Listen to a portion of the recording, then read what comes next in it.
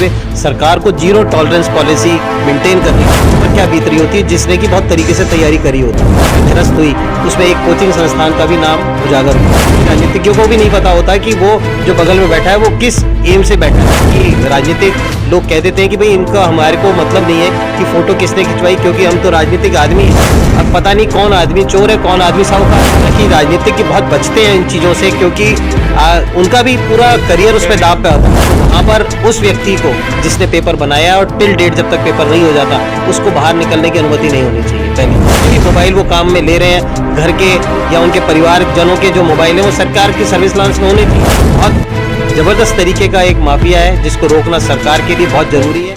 राजस्थान में paper leak होने का एक प्रचलन बहुत तेज़ी से अब बढ़ने लग गया है। यह यूँ कह सकते हैं कि शिक्षण संस्थानों और कोचिंग माफिया और पेपर माफिया के चलते हमारे बच्चों का भविष्य वाकई बहुत खतरे में है, क्योंकि कोई ना कोई पेपर होने से पहले लीक होता है, कई बनने के तुरंत बाद लीक हो जाता है। और पेपर लीक को लेकर राजस्थान सरकार भी अब बहुत संदेह के घेरे में आ चुकी है।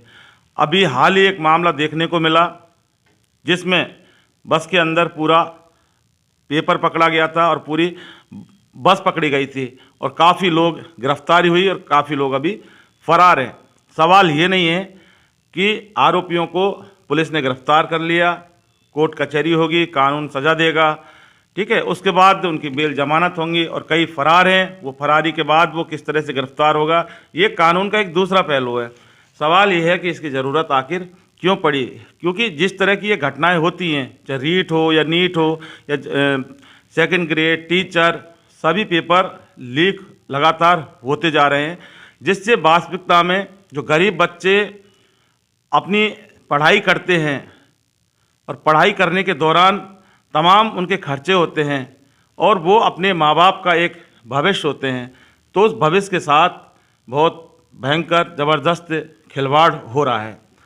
तो इस मामले को लेकर हम बात करेंगे विकास आर्य से। हमारे साथ विकास आर्य मौजूद हैं जो करीब 20 साल तक प्रतियोगी पत्रिका का संपादन कर चुके हैं और प्रतियोगी परीक्षाओं का क्रियान्वयन बहुत करीबी से इन्होंने देखा है, एजुकेशन के एक्सपर्ट हैं। तो विकास आर्य से हम बात करेंगे कि किस तरह से ये जो पेपर लीक होते हैं इसको लेकर सरकार को किस तरह से कंट्रोल करना चाहिए और किस तरह से हमारे राज्य के बच्चों का भविष्य वो बचाना चाहिए। और जो Rajasthan coaching mafia, paper mafia की जकड़ में जद में आ चुका है, इस जद से किस तरह से हमारे प्रदेश को बाहर निकाला जाए और इन पर लगाम लगाई जाए।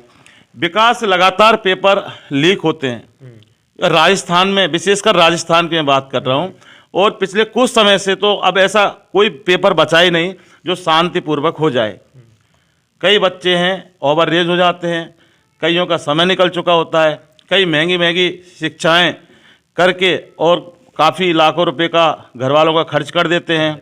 कई बच्चे हैं वो अपने माँ बाप का भविष्य हैं। तो इस तरह से और सुसाइड के केस आप बिल्कुल लगातार देखने को मिल रहे हैं। तो क्यों इसमें सरकार को क्या करना चाहिए, और ये पेपर माफिया, ये कोचिंग माफिया, ये इस तरह से, क्योंकि अभी जो हाल ही एक पेपर लीक हुआ था इसमें भी एक अधिगम कोचिंग संस्थान भी दायरे में था और वो सामने आ चुका है। तो बिना राजनीतिक संरक्षण के ये हो भी नहीं सकता, क्योंकि पेपर लीक होता है सरकार के सिस्टम से लीक होता है, ऐसा नहीं है कि बाहर से कोई चीज़ लीक हो गई। तो इस बारे में, इस पूरे मामले को लेकर आप किस तरह से देखते हैं, क्या कमान होनी चाहिए, क्या कंट्रोल होनी चाहिए और किस तरह से इस पर लगाम लगनी चाहिए?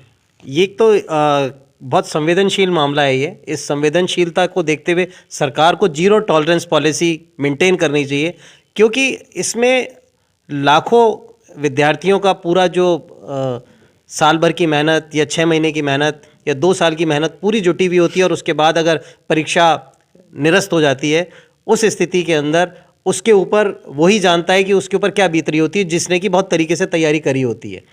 अब चूंकि ये बार बार आपने कहा कि कोचिंग संस्थानों का भी अभी जो गत परीक्षा निरस्त हुई उसमें एक कोचिंग संस्थान का भी नाम उजागर हुआ। ऐसे में अब आपने कहा राजनीतिक संरक्षण तो पैसा, ताकत, गाड़ी, साधन, बहुत सारी चीज़ें मिल के बनता है, जो कि राजनीतिज्ञों के अगल बगल में जाके बैठने के लिए एक व्यवस्था बनाता है। हालांकि राजनीतिज्ञों को भी नहीं पता होता कि वो जो बगल में बैठा है वो किस एम से बैठा है। कारण यही है कि वो पब्लिक के आदमी है, जनता के आदमी है। उनको ये ज़रूर महसूस होता है कि कोई हमारे को सरकार को या पार्टी को कुछ डोनेशन देता है, तो उनको लगता है कि ये पैसे वाला व्यक्ति है जो कि पार्टी का कार्यकर्ता। पीछे मंशा क्या है वो सामने मंशा नहीं आ पाती। जब मंशा सामने आती है तो उस समय तो हालांकि राजनीतिक लोग कह देते हैं कि भाई इनका हमारे को मतलब नहीं है कि फोटो किसने खिंचवाई, क्योंकि हम तो राजनीतिक आदमी हैं, और फोटो किसने कहाँ खींची इसकी जानकारी हमें नहीं, और होता भी नहीं है। कारण भी है कि हजारों आदमी वो मिलते हैं, हजारों आदमियों से, अब पता नहीं कौन आदमी चोर है, कौन आदमी साहूकार है। लेकिन समझ पाते हैं जब तक बहुत बड़ा खेल हो चुका होता है, स्कैंडल हो चुका होता है। स्कैंडल वो अपने सेफ गार्ड के रूप में पॉलिटिशियंस के साथ खींची हुई फोटो को काम में लेते हैं और उनको एक साधन बनाते हैं। हालांकि राजनीतिक बहुत बचते हैं इन चीज़ों से, क्योंकि उनका भी पूरा करियर उस पर दाव पे होता है। केवल यही नहीं कि वो ये सोचें कि मेरे को 5 साल के बाद हारना है या 5 साल के बाद जीतना है, उनको भी उनकी भी जवाबदेही होती है। वो जवाबदेही से बच नहीं सकते, चूंकि वो सरकार में है, उनको बचना भी नहीं चाहिए। और ऐसे में सरकार को जीरो टॉलरेंस, अगर कोई उनका करीबी भी है उस पर कोई रियायत नहीं बरतनी चाहिए, और इतना कस के उसको दंडित करना चाहिए कि आगे कोई भी व्यक्ति अगर इस तरह से सोचता है कि मैं इस तरह से मैं पेपर्स को लीक करके या इस माध्यम से पैसा कमा लूँगा, या इस माध्यम से मैं अपने स्टूडेंट्स को पास करा दूंगा, तो ये स्टूडेंट्स के लिए भी हानिकारक है, समाज के लिए भी हानिकारक है। और जो कार्यपालिका, जो हमारी बॉडी है, जो सरकार काम करती है, जो जिससे कर्मचारी आते हैं, उन्होंने जो रिक्रूटमेंट के सेल बना रखे हैं कि रिक्रूटमेंट होके हम चाहते हैं कि एक अच्छा व्यक्ति हमारे पास आए जो काम करे समाज के लिए, वो नहीं प्राप्त कर पाता। और फिर वो जब देखता है कि वो पैसा दे के आया है तो वो पैसा कमाने की सोचता है।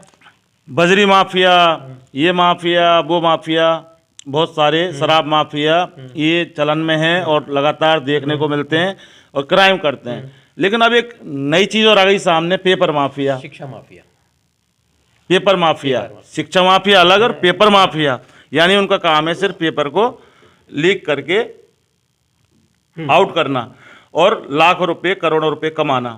तो ये जो पेपर माफिया है, इस पे कंट्रोल किस तरह से सरकार, राजस्थान सरकार को लगाना चाहिए? इसमें तो जहाँ पे परीक्षा के, जहाँ से पेपर बनता है, जहाँ पे कि इसका कंट्रोल रूम है, जहाँ पे स्ट्रांग रूम इन्होंने स्थापित किया गया है, तो वहाँ पर उस व्यक्ति को जिसने पेपर बनाया और टिल डेट जब तक पेपर नहीं हो जाता उसको बाहर निकलने की अनुमति नहीं होनी चाहिए। पहली चीज़, वो स्ट्रांग रूम जिसके अंदर चला गया तो स्ट्रांग रूम के अंदर कर्मचारियों की व्यवस्था ऐसी होनी चाहिए कि वो हमेशा सर्विस लॉन्च सरकार की उस पर होनी चाहिए कि वो किससे बात करते हैं, किससे बात नहीं करते हैं। आज जैसे अपना बजट बनता है, बजट बनाने वाले जो लोग होते हैं, अगर उनको जिस रूम में बंद करके बनाया जाता है कि जिससे कि लीक ना हो पाए, क्योंकि देश का बजट है, राज्य का बजट है, इस चीज़ के ऊपर जब फुल प्रूफ सरकार काम कर सकती है तो इस पर भी काम कर सकती है। अगर सर्विस लॉन्च जितने भी मोबाइल वो काम में ले रहे हैं, घर के या उनके परिवार जनों के जो मोबाइल हैं, वो सरकार की सर्विस लॉन्च में होने चाहिए, जिससे कि ये पता रहे कि वो लोग किस किस से बात करते हैं। अगर पकड़ने में, इन्वेस्टिगेशन में उनको ये महसूस हो जाएगा कि भाई हम पकड़े जा सकते हैं,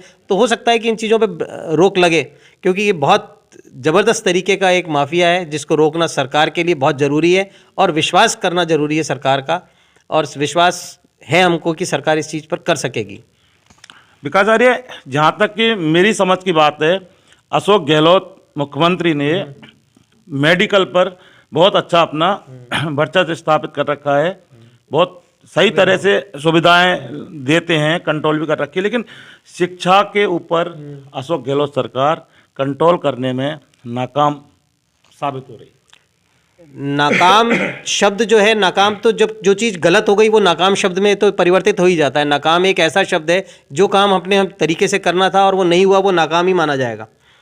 और इसके अंदर नाकामियों से ही सीखेगा। अगर सरकार को लगता है कि नाकाम होना और नाकाम ही होते रहना तो एक अलग विषय है। अगर उससे सीख के अगर उस पर कोई कार्रवाई करे और वो एक अपनी नज़ीर पेश करे कि भाई हमने ये कार्रवाई करी और इसके अंदर कोई बच नहीं पाएगा आगे से, तो उससे एक डर पैदा होगा, क्योंकि डर के बगैर कुछ नहीं हो पा रहा है। ऐसा डर लोगों को पैसा कमाने की जो होड़ है वो इतनी बढ़ चुकी है। पहले तो ये था कि शिक्षण संस्थाओं में, कोचिंग संस्थान में आदमी जाता था, उसको ये था कि 500 स्टूडेंट है, 300 स्टूडेंट है, 400 स्टूडेंट है, वो संतुष्ट रहता था कि मैं उससे भी संतुष्ट हूँ।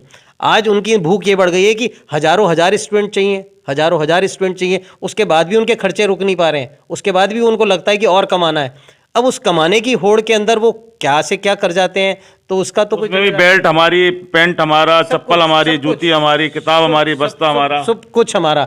और एक ही अब ऑनलाइन वाला और एक प्रकरण चल चुका है जिसमें कि जो बड़े पब्लिशर्स हैं, जो बड़े प्रोफेसर्स हैं, उन तक को बीट करनी है एक छोटे से यूट्यूबर की के बताने वाली किताबें, कि जो थोड़ा सा सामान्य ज्ञान को बताता है। वो हालांकि सब किताबों में उपलब्ध है, लेकिन उसके फॉलोअर्स होने की वजह से अगर वो कोई किताब निकालता है तो ऐसी धुआंधार चलती है और बाकी किताबें चलनी बंद हो गई हैं। ये भी बड़ा विषय है, जिससे कि अच्छा साहित्य, अच्छी किताबें आनी भी बंद होने लगी हैं। फिर केवल एक ऑनलाइन जो फॉलोअर्स हैं उन्हीं की किताबें चलेंगी, बाकी किताबें चलनी बंद होती जा रही है प्रतियोगिता परीक्षाओं में। लेकिन एक बात है विकास आ रही है कि ये जो पेपर लीक होते हैं, इन घटनाओं को पुनरावृत्ति ना हो, इसके लिए सरकार को प्रभावी कदम उठाने पड़ेंगे और ये घटनाएं वास्तव में रोकनी पड़ेंगी, तभी अपने हमारे राजस्थान का, हमारे देश का विकास हो सकता है। बाकी देश को गर्त में जाने से भगवान भी नहीं बचा सकता। हाँ बिल्कुल, इस चीज़ के ऊपर तो बहुत, इसमें तो कड़ाई से सरकार को निर्णय लेने ही पड़ेंगे। इसमें कोई इफ एंड बट नहीं चल सकता कि निर्णय ना ले, वो सरकार तो लेने ही पड़ेंगे उसको। और मैं सोचता हूँ कि सरकार इस जो ये निरस्त होती हुई परीक्षाएं हैं उनके बारे में सोचेगी और कोई कार्रवाई करेगी। सरकार को जरूर कार्रवाई करनी चाहिए। और जिस तरह से निरस्त हो जाते हैं, पेपर लीक हो जाते हैं, आउट हो जाते हैं, और जिस तरह की लगातार और ऐसा आए दिन होते रहता है, यानी कि कोई भी पेपर होगा तो उससे पहले आजकल ये अंदाज आसानी से लगा लिया जाता है कि ये पेपर तो आउट होगा, और हो भी जाता है। तो सवाल बहुत बड़ा है और बहुत गहरा भी है कि राजस्थान की सरकार अशोक गहलोत को तुरंत प्रभाव से इस पर कोई प्रभावी कदम उठाने चाहिए और कुछ ऐसी योजना बनानी चाहिए जिससे कि कोई भी पेपर लीक ना हो सके और हमारे बच्चों का, हमारे देश के बच्चों का और हमारे राजस्थान के बच्चों के भविष्य को सुरक्षित बचाया जा सके, जिससे कि हमारा देश और हमारा प्रदेश सुरक्षित रह सके। इन्वेस्टिगेशन मीडिया के लिए सहयोगी मतीश पारिक के साथ में जितेंद्र शर्मा।